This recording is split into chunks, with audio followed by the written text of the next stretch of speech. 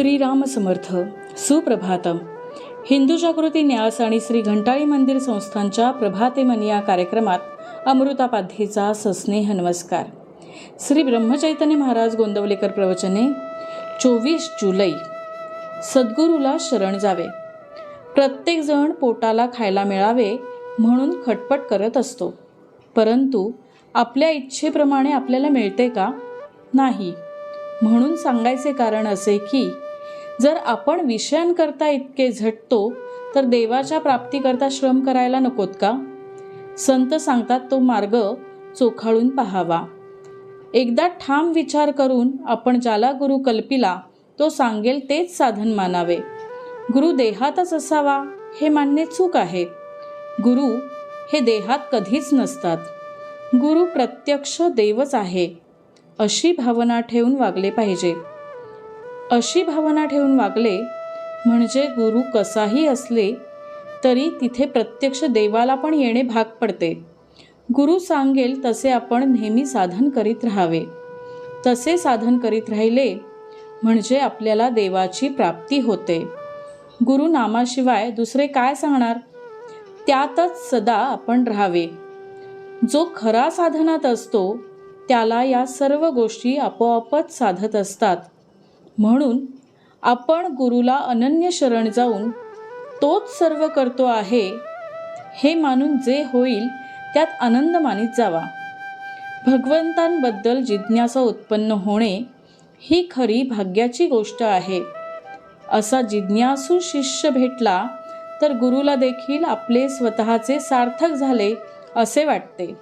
श्री रामचंद्राची जिज्ञासू अवस्था पाहून वसिष्ठांना फार आनंद वाटला आणि ते साहजिकच आहे. संतांनी एकच देव, एकच साधन आणि एकच गुरु मानला. त्याचप्रमाणे आपण एका नामात राहण्याचा प्रयत्न करावा. मुलगा हसत खेळत असताना बाप त्याला घेतो, पण रडू लागला की खाली ठेवतो. याच्या उलट मुलगा रडत असला तर आई त्याला घेते. हाच देवामध्ये आणि संतांमध्ये फरक आहे. बर्फामधले पाणी काढले तर काहीच उरत नाही, त्याप्रमाणे संतांमधले भगवंताचे प्रेम जर का काढून टाकले तर त्यांच्यामध्ये काहीच उरणार नाही. साधन करण्याचे कष्ट न होता वस्तू साध्य करून घेण्याचा मार्ग म्हणजे सत्संगती हा होय.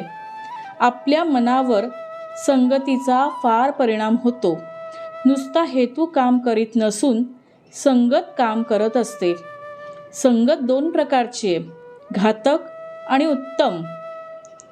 विषयी माणसाची संगत ही घातक होय आणि सत्संगत ही उत्तम होय. सत्संगतीमध्ये असताना आपल्या ठिकाणी दोष आहे असे ज्याला कळेल तो लवकर सुधारेल. आपण ज्या सत्पुरुषाकडे जातो त्यांनी सांगितलेले मनापासून आचरणामध्ये आणण्याचा प्रयत्न केला तरच त्याच्याशी खरी संगत केली असे म्हणावे.